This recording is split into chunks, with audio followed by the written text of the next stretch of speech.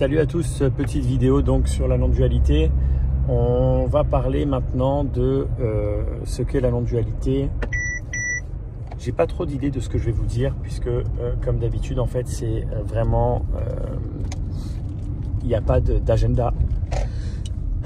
Pardon, pas d'agenda comme on dit en anglais, c'est-à-dire que j'ai rien prévu. Il n'y a pas un schéma dans ma tête qui me dit tiens, il faut dire ça pour expliquer ça. Et si je dis ça, donc il faut expliquer ça. En réalité, la non-dualité, c'est juste l'expression spontanée de la vie. Et la non-dualité, en réalité, ce n'est qu'un mot, si on y pense bien. Et ce qui se passe autour de nous actuellement, donc moi en train de me filmer, en train de conduire, les personnes qui conduisent autour, les oiseaux qui se posent sur les câbles électriques, les nuages qui passent dans le ciel, cette voiture qui avance, tout ça, toute cette magie-là de l'ordinaire de tous les jours, c'est ce qui est. C'est la vie qui s'exprime, qui se vit, qui s'écrit, peu importe comment on le décrit, c'est la vie. Et ce que je voulais vous dire, les amis, c'est que la vie, elle est magnifique. J'ai un appel, je ferai une suite à cette vidéo. À bientôt, ciao ciao. Rebonjour les amis, du coup c'est le lendemain de la vidéo qui a été coupée par un appel hier. Donc je vous disais voilà que la vie est magnifique, qu'elle est ce qu'elle est, et que même quand elle n'est pas magnifique, c'est magnifique. C'est un petit peu comme quand on dit c'est ok de ne pas être ok, c'est ok de ne pas bien se sentir. Tout est parfait, même dans son imperfection la plus marquée. Donc la vie n'a pas besoin d'être magnifique au sens qu'on pourrait l'entendre naturellement, hein, qu'on pourrait l'entendre tout devrait être parfait, je devrais avoir aucun problème, etc. Non. Je pense que ce que dit toutes les personnes dans la non-dualité, en tout cas moi c'est comme ça que je ressens, c'est que il y a vraiment rien qui n'est pas à sa place. Même les plus grands doutes, les plus grosses hésitations font partie de cette perfection. Je vous reprends dans 5 minutes parce qu'il y a la police là. Ok, donc suite de la vidéo sur la non-dualité. Ça sera moins risqué comme ça, je suis arrêté et je me suis pas fait arrêter par la police du coup.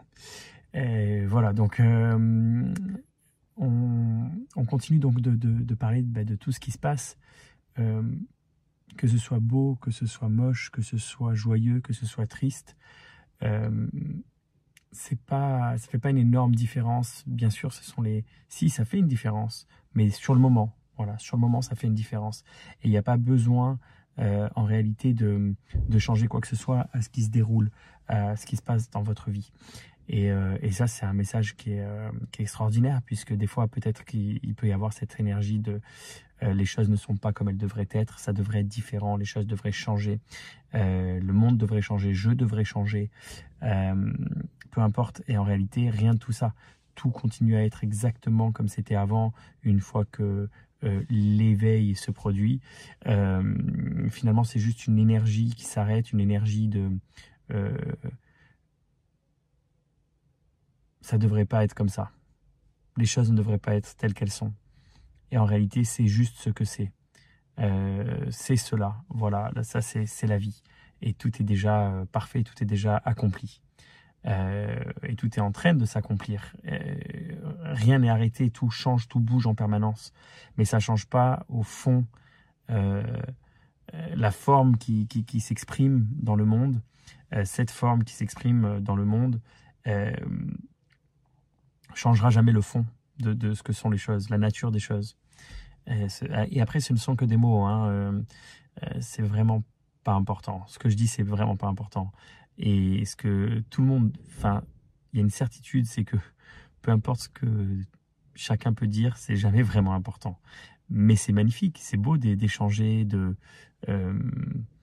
partager, de discuter, tout ça. C'est absolument magnifique, comme tout le reste de la vie qui s'exprime est magnifique. Donc voilà les amis, fin de cette première partie. On peut se dire que je vais lancer les one-to-one bientôt. Et ça, c'est vraiment pour moi la partie la plus intéressante parce que j'ai toujours été quelqu'un d'assez intimiste. J'aime bien le nombre 2 dans la société, enfin dans les relations humaines. Donc 1 face à 1, c'est ma partie préférée. J'ai hâte de vous retrouver en one-to-one pour discuter de l'indiscutable. À bientôt les amis. Ciao, ciao.